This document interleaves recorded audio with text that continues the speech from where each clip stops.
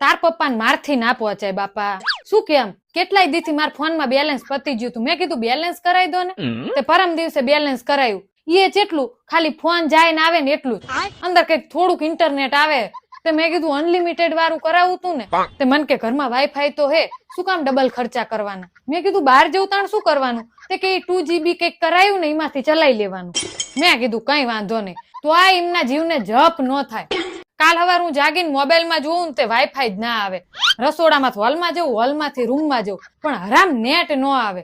હવારમાં મારો એવો મગજ જ્યો તો ને, બસ અચાનક મારી નજર વાઈફાઈ સ્વિચ ઉપર પડી. તો સ્વિચ બંધ હતી અને મહાન કામ કોને કર્યું હતું? તાર પપ્પાએ. પછી હું ડાયટી રહું, એમાંય બા ઘરે નહોતા. ઈ હુતાતા ત્યાં જઈને બધી લાઈટો ચાલુ કરી દીધી અને વાસણ એવા ખખડાયા ને સવાર ઉઠાડવા જ ના પડ્યા. એવા ફટાફટ ઉઠી ગયા ને.